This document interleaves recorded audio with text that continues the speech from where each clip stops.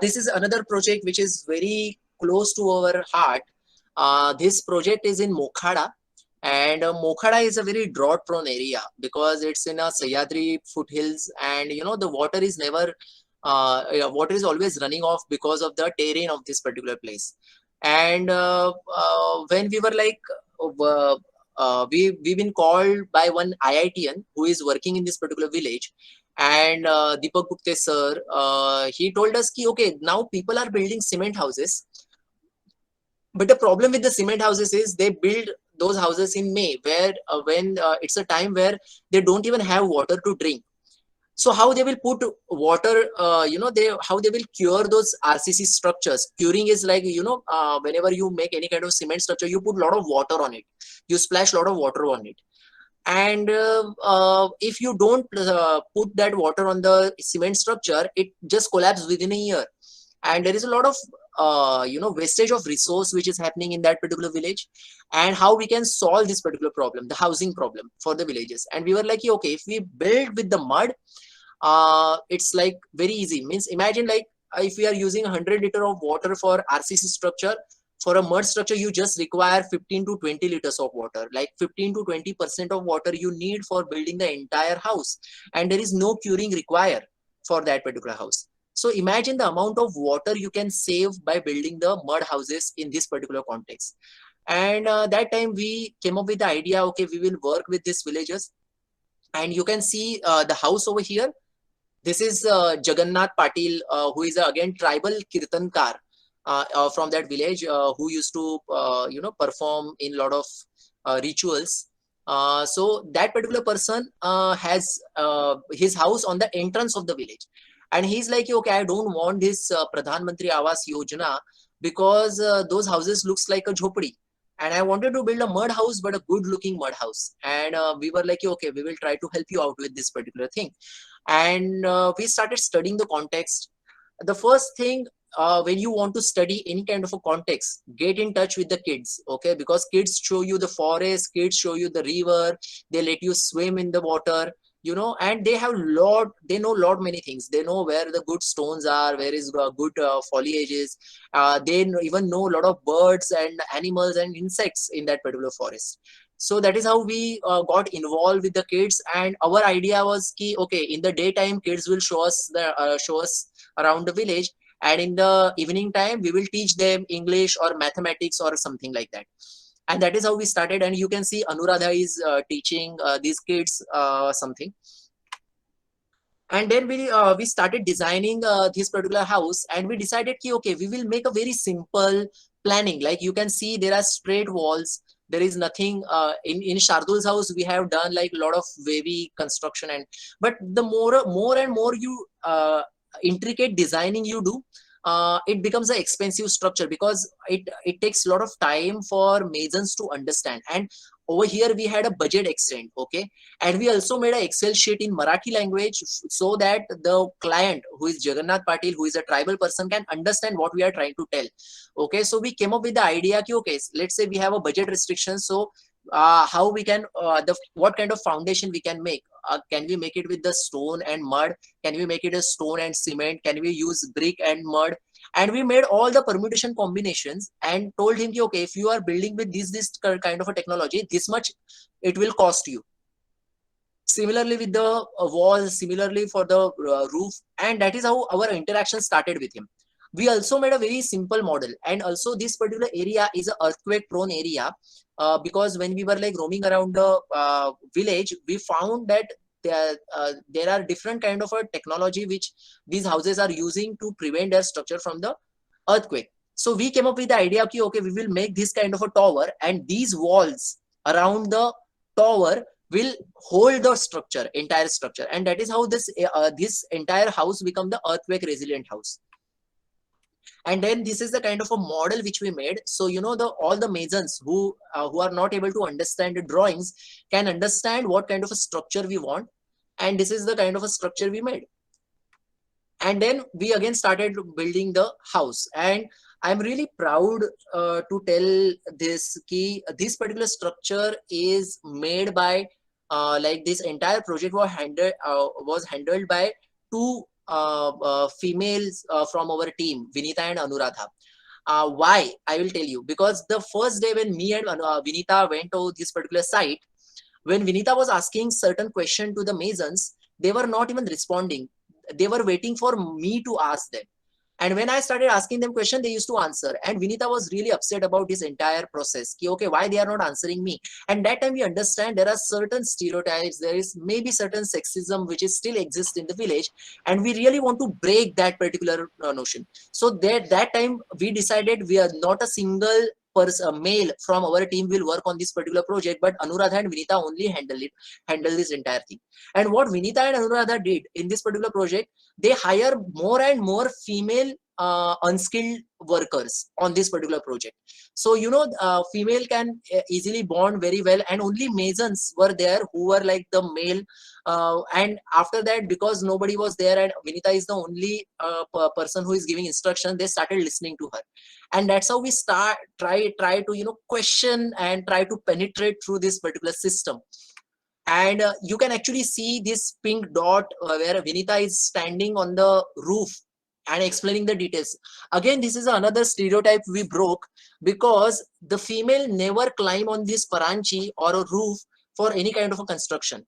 But then when the Vinita climbed up the roof to explain the roof detail, entire village was watching her doing that particular thing. And till now, when Vinita goes to this particular village, villagers are छपरावर चढलेल्या ताई आल्या, means the sister who climbed on the roof has arrived, and that is the way they remember her in the entire village. And so this house is the building of house is not only about making a structure, but also putting certain what we say, maybe some examples in front of them, that okay, you need to break away with this particular thought process, and you have to accept the new change which is coming in the village. And this is how this entire house, that this is the stage where we handed over the project to Jagannath Dada. And after that, on a puja day, this is the photo which Jagannath Dada sent to us. And one of my mentor, architect Malak Singh sir, who used to tell, whenever the tribal person paint his house, that means he has accepted your house, because he wants to live in that particular house. And I think this is the kind of a sign that this particular house is accepted by Jagannath Dada.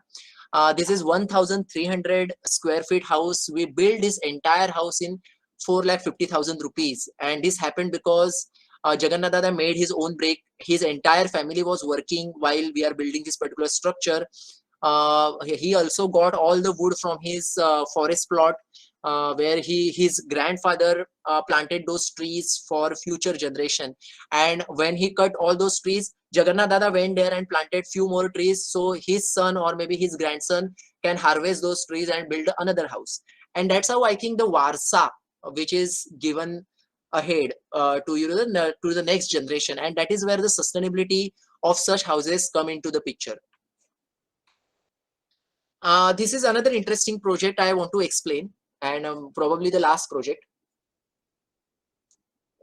So this is the forest near Vehelpada village in Vikramgarh. And look at this forest. So this particular community got forest right acts. So there is organization called Vayam who helped them get that particular forest right under the Forest Right Act, and they got almost 250 hectares of forest under their protection. And for 10 years they were protecting that particular forest, and now the forest is grown so well. Look at in the background, that entire forest is protected for last 10 years, and now means this forest is started giving a lot of produce to the villagers. Okay, for example, the 40-liter honey they just collect every month. It is like that vibrant kind of a forest they have. But again, Vayam organization was little bit worried about what will happen, because the next generation has mobile in their hand. They want to do a recharge, for which they require money, and will they take care of this particular forest? So that time, again, Vayam organization only came up with the idea, what if they make a forest food processing center where the surplus food will be processed and sell it to the city areas. so the villagers can generate income out of it.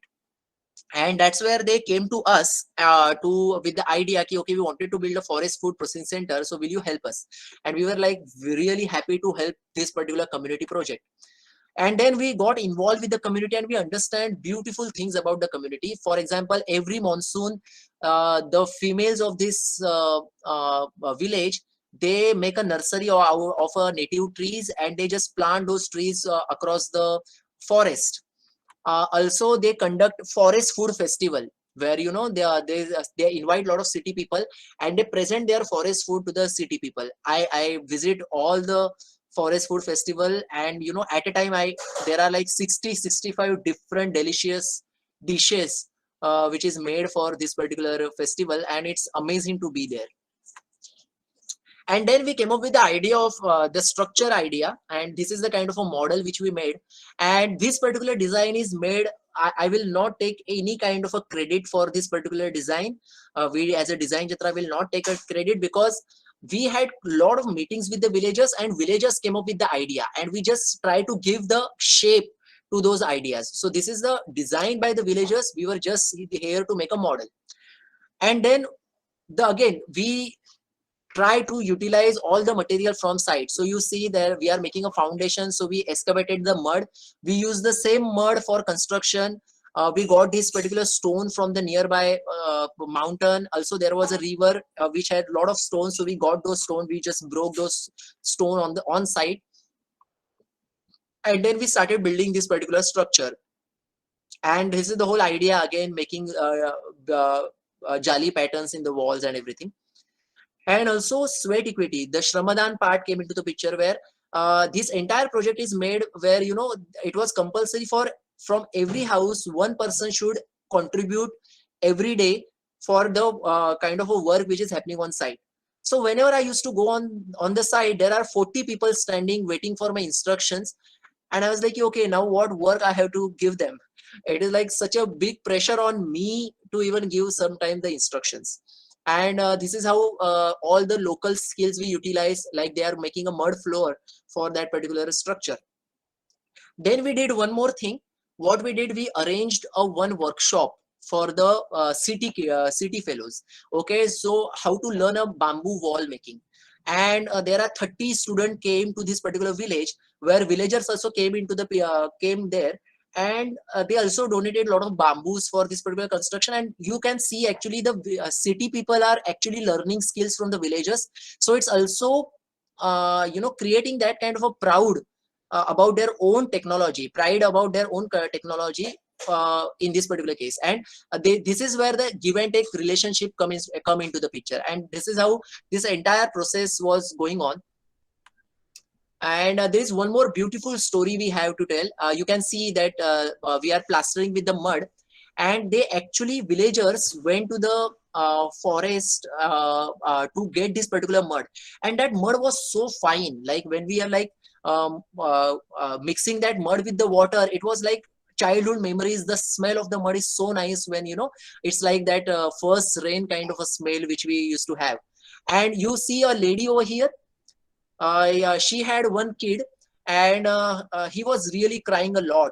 Okay, and that lady was plastering, that kid was on her waist, she was plastering with one hand, and it was afternoon time, it was quite hot outside.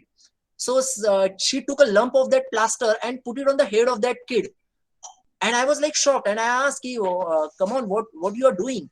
And she was like, he's there is a lot of it's very hot outside, and maybe that's why he's crying, so I just put this mud on his head so he will feel comfortable. And that was really, again, kind of a shock for me. And after that, when we there is few other lady came, and they were like, oh no, this mud is very good for your skin. So many people who visit our village, they take this mud for bathing and everything. And that time we realized, okay, this mud is good, and we all started throwing mud on each other.